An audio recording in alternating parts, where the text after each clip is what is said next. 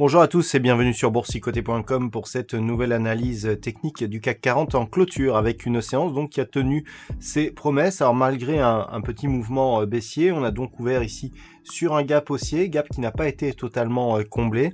On est bien resté ici au-dessus de la moyenne mobile 20 exponentielle et en clôturant à 4438,27, le CAC 40 gagne ce soir 2,12% par rapport à la clôture de la séance précédente. Donc on est ici sur une phase de validation de ce troisième contact ici avec ce support oblique qui nous définit une tendance haussière. On n'a pas encore de nouveaux points hauts significatifs, mais on s'en est approché aujourd'hui, ce qui va plutôt dans le sens ici d'une poursuite de ce rebond, même si cela n'est pas encore confirmé actuellement. Du point de vue des indicateurs techniques, nous avons une configuration donc qui reste haussière avec les histogrammes ici du MACD qui évolue d'une manière positive.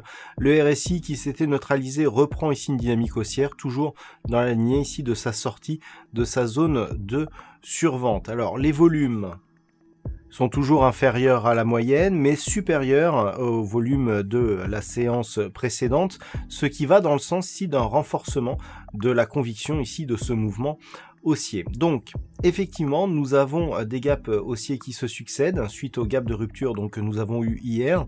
On manque de conviction, on voit ici une bougie rouge assez peu volatile par rapport à ce que nous avions ici sur la phase de baisse. Donc on est toujours ici dans cette dynamique de poursuite de rebond. Je rappelle que la validation de cette poursuite ne se fera que sur inscription d'un nouveau plus haut significatif. Donc sur cette bougie ici, le plus haut il est à 4543,58. Sur le plus haut de cette bougie, on est à 4527, donc il manque encore quelques points, mais on est venu tester cette zone ici de résistance. Je vous rappelle que l'objectif, c'est un contact ici avec la zone des 4570 points. Le contact avec cette zone serait assez important puisqu'il nous permettrait de mesurer l'influence de ce gap baissier qui n'a été comblé que partiellement ici lors de l'inscription de ce plus haut significatif. Donc cela nous permettra de mesurer si ce gap est toujours résistance ici à une poursuite de la hausse des cours ou si il cède, et dans ce cas-là, eh bien ça serait un signal qui renforcerait en fait la conviction haussière. Et puis on a cette fameuse zone 50-61,8 qui est valide notamment depuis que l'on est repassé ici au-delà du retracement à 38,2% de Fibonacci de la précédente phase de baisse que nous avons ici entre ces deux zones.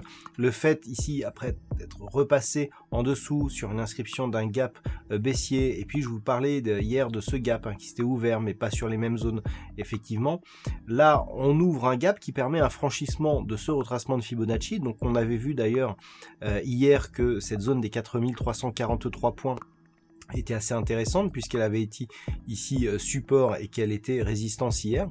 On franchit encore une fois cette zone sur un gap qui n'est pas comblé. Ce sont des petits signaux, on n'a pas une énorme conviction sur ce mouvement, mais une addition de petits signaux qui, l'un dans l'autre, font que, eh bien, on garde cet objectif des 4570 points et d'un possible retour ici sur un contact avec la bande de Bollinger supérieure, puisque on s'inscrit désormais sur une évolution dont la moyenne mobile 20 exponentielle agit comme une zone de support. La moyenne mobile n'est pas un support, elle agit comme. Et donc, si on regarde bien, depuis ici cette inscription sur un mouvement baissier, on n'avait jamais eu une bougie qui s'était inscrite sur cette moyenne mobile ici de cette manière. Donc là aussi c'est un signal, ça montre que la pression baissière est beaucoup moins forte et donc que l'on pourrait avoir ici une inversion du flux. Donc pour demain, ce qu'il faut surveiller, premier élément, cette zone des 4570 points et un éventuel contact, ça dans les prochains jours, sur la bande de Bollinger supérieure qui va continuer à descendre. Le comblement de ce gap que nous avions eu ici le 12 mars, donc le point bas de cette bougie se situe à 4603,05. 4600 points, on pourra dire quasiment que le gap est comblé et selon comment les cours se comportent au comblement de ce gap, ça nous donnera des informations sur une éventuelle possibilité de poursuite de ce mouvement haussier. Ça c'est pour la configuration haussière. D'un point de vue d'un retournement, tant que l'on n'a pas ici de comblement de gap, de ces deux gaps que nous avons là, et de rupture de cette zone de support, il n'y a pas de remise en cause de la dynamique. Par contre, en cas de rupture de ce support, le prochain point bas significatif sera toujours cette zone des 4040 points, car une rupture prochaine, donc soit demain ou dans les prochains jours, de ce niveau, eh bien invaliderait donc la pérennité de ce rebond. et pourrait nous faire revenir ici sur une dynamique baissière qui pourrait s'accélérer et gagner en volatilité. Voilà donc ce que l'on peut dire sur cette analyse technique du CAC 40 en clôture. D'un point de vue statistique, encore une fois, on n'a pas assez d'occurrences pour définir une statistique fiable sur cette configuration. Je vous souhaite donc une bonne soirée, restez chez vous, prenez soin de vous, et on se retrouve dès demain pour d'autres analyses techniques, toujours sur le site boursicoté.com.